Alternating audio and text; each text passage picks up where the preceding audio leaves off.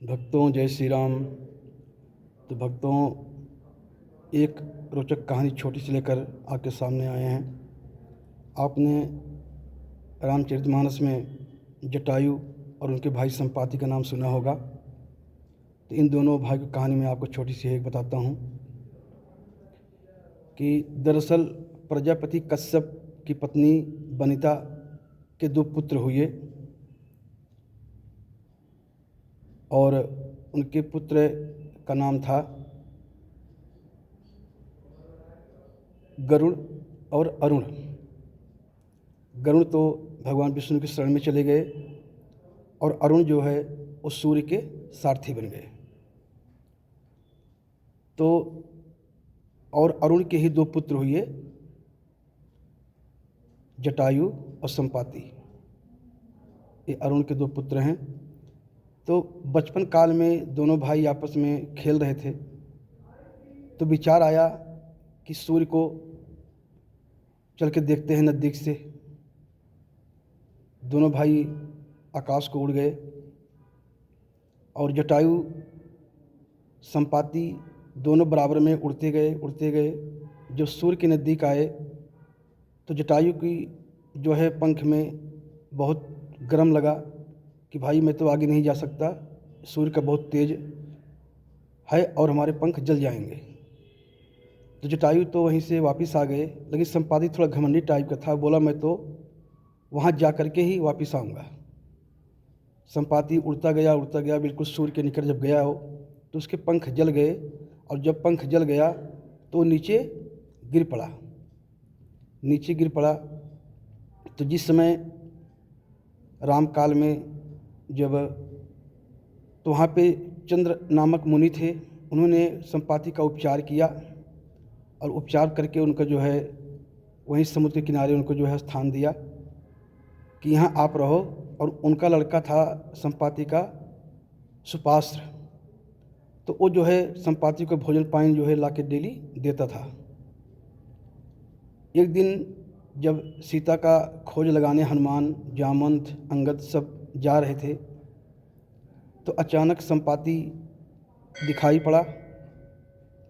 तो संपाति को देख करके ये लोग डर गए कि बहुत बड़ा पंछी है बगैर पंख वाला।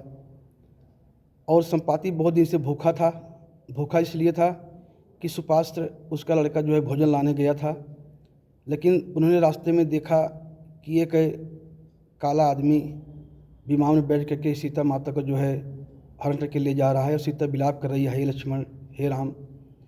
इस सुन करके सुपास्त्र ने मांस का भोजन लाना भूल गया और संपाति के पास आया तो बोला कि भोजन तो मैं नहीं ला पाया। बोला कारण बताओ। बोला कारण कि एक जो है आदमी विमान में सीता को जो है हरण करके ले जा रहा था, और वो नारी जो है विलाप कर रही थी कि हे राम, हे लक्ष्मण। तो संपाति समझ गया कि ये दशरथ के पुत्र राम हैं और उनकी पत्नी का हरण हुआ है। लेकिन संपाति उस समय जो है कुछ कर नहीं सकता था कि उसके पंख जल गए थे और रावण से युद्ध भी नहीं कर सकता था। तो जब सीता का पता लगाने हनुमान जी, अंगद जी, जामन जी सब वहाँ पर गए, तो दूर से देख करके डर गए कि संपाति भूखा है और हम लोग को खा जाएगा। तो संपाति ने बहुत खुश हुआ देख करके कि आज तो को पूरा आहार मुझे आ रहा है, बहुत सारे झुंड आ रहे हैं बानरों के, आज तो मैं पेट भर के भोजन करूँगा। लेकिन इधर जामवंत, हनुमान, सुग्रीव सब जो है संपाति की बड़ाई करने लग गए कि भगवान राम का नाम लेने लग गए और उसके भाई जटायु का बखान करने लग गए। तो संपाति समझ गया कि ये हमारे कुछ खास हैं जो हमको जानते हैं। तो संपाति बोला कि आप लोग डरो मत, मेरे पास आओ, बताओ क्या कारण है, किस कारण से आप लोग घूम रहे हो, कहाँ जा रहे हो। तो हनुमान जी ने बताया कि सीता माता का हरण हुआ है और पता नहीं कौन इंसान उनको लेके गया है। तो संपाति ने कहा कि मैंने देखा है कि विमान में जो है लेके जा रहा था, पर मैं एक बुढ़ा व्यक्ति और बगैर पंख के हूँ, मैं कोई मदद नहीं कर सका। लेकिन गिद्ध की दृष्टि बहुत अपार होती है, मैं यहाँ से देख सकता हूँ कि सीता माता कहाँ बैठी हैं। मैं आपको देख के बताता हूँ। तो गिद्ध की दृष्टि बहुत अपार होती है। उन्होंने वहीं से बैठे बैठे जो है लंका को देखा और अशोक वाटिका में सीता माता बैठी हैं।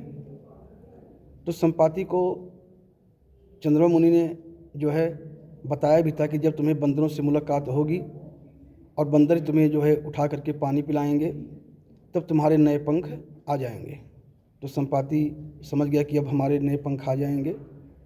तो सभी बंदरों ने मिल करके हनुमान जी, सुग्रीव और सब मिल करके जटायु को, वो संपाति को ले गए, पानी पिलाए।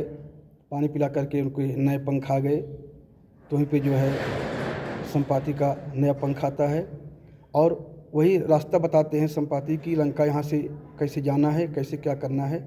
सब वहाँ से जानकारी लेकर के हनुमान जी फिर वहाँ से चल पड़ते हैं। तो भक्तों, जय श्री राम। इस छोटी सी कहानी आपको कैसी लगी? आप इस कहानी को आगे शेयर करें, समझें, अपने बच्चों को बताएं। जय श्री राम।